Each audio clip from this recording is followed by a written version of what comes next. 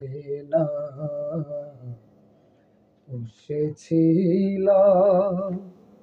অতি যতনে,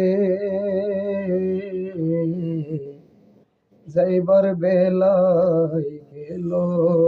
না গো, গেল না বলে,